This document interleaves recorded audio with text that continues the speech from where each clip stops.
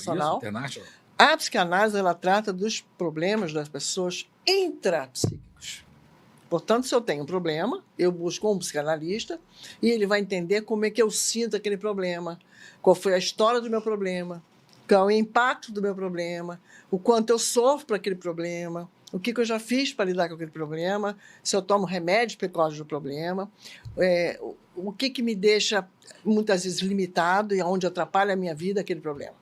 Essa é a psicanálise que vai tratar da história do indivíduo, dos seus traumas, no seu mundo interno. E o psicanalista vai estar com aquele paciente e o paciente vai estar com aquele analista.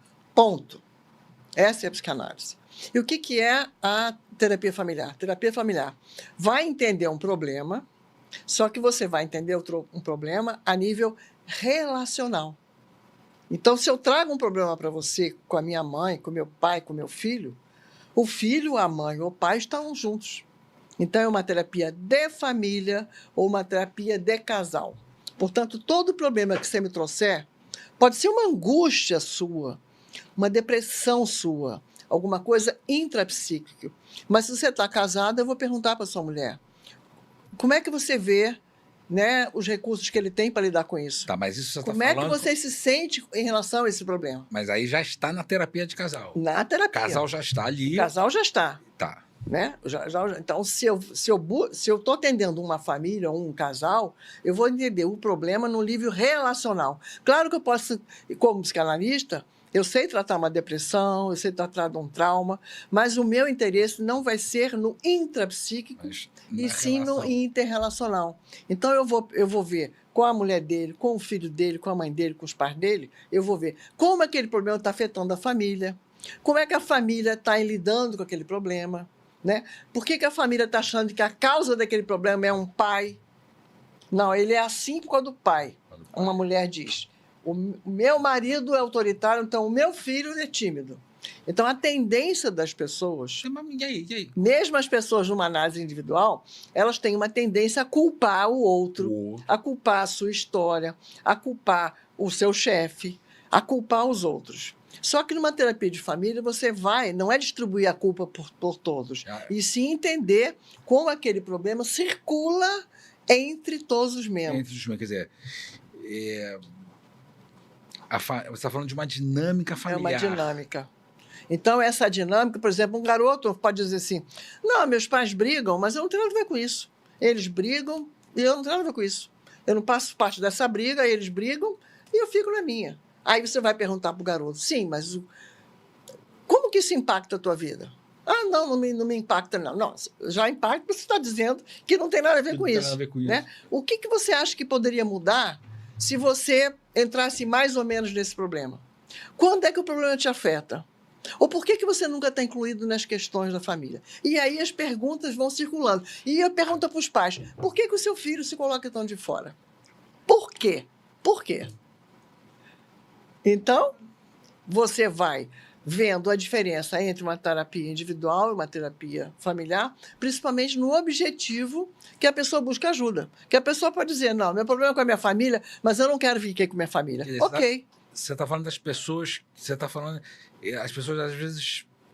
As pessoas, às vezes, sabem que estão com... Por exemplo, quando a pessoa acusa, culpa, o pai é por causa disso...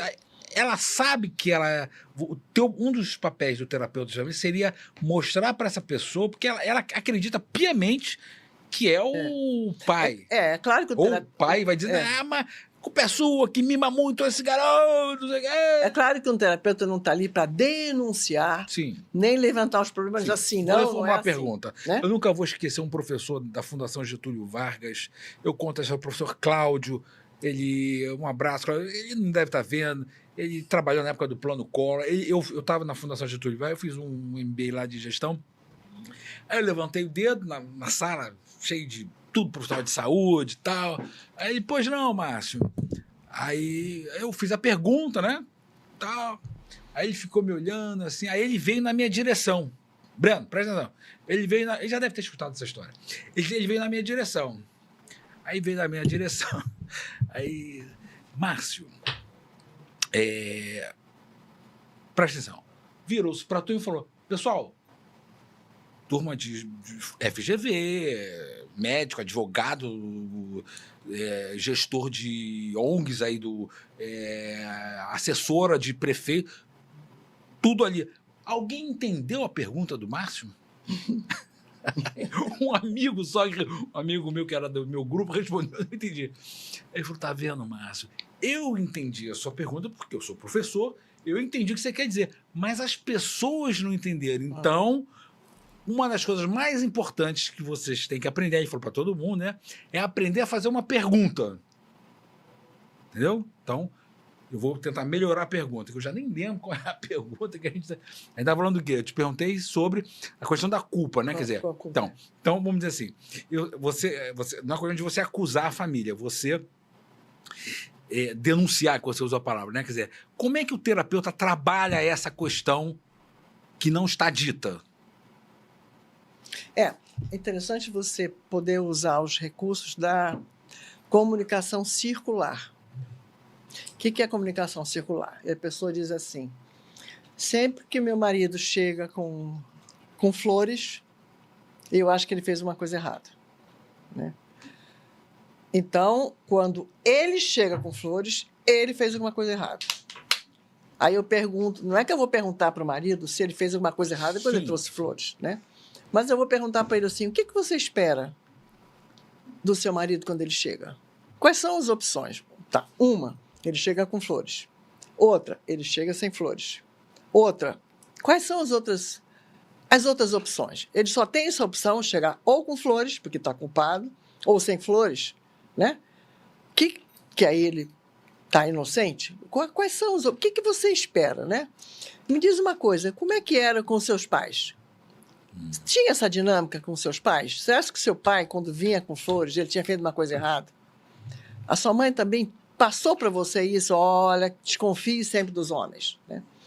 E aí, antes da mulher responder, eu pergunto para ele, o que você acha que a sua mulher vai responder? Antes dela responder. Deixa eu ver o quanto você conhece ela.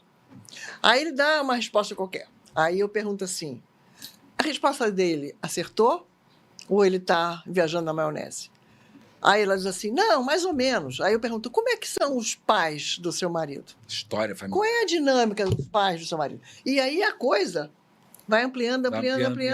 Então, a pergunta circular é quando você faz uma pergunta para um e você vê como é que o outro responderia. Como é que o outro entende aquela pergunta. E antes do outro responder, pergunta o que ele vai responder. Me diz o que ele vai responder antes de responder. Então, você faz uma bagunça na comunicação. Na verdade, você faz um cruzamento desses mapas familiares, né? Você faz um cruzamento dessas expectativas, desses preconceitos e dessas ideias pré-concebidas. Porque se um homem só tem duas chances de chegar ou com flores culpado ou sem flores inocentes, né? O que está passando esse casal? Né? E o que ele entende? Porque se ele entender que tem essa dinâmica, ele vai trazer flores jamais. Não vai, porque às vezes então, está assim, por uma o casal vai construindo o seu ritmo, mas cada casal, ele casa com um combo, né? Quando você casa com uma pessoa, você casa com a pessoa e com o que vem por trás daquela pessoa. O pacote. História, o famoso pacote.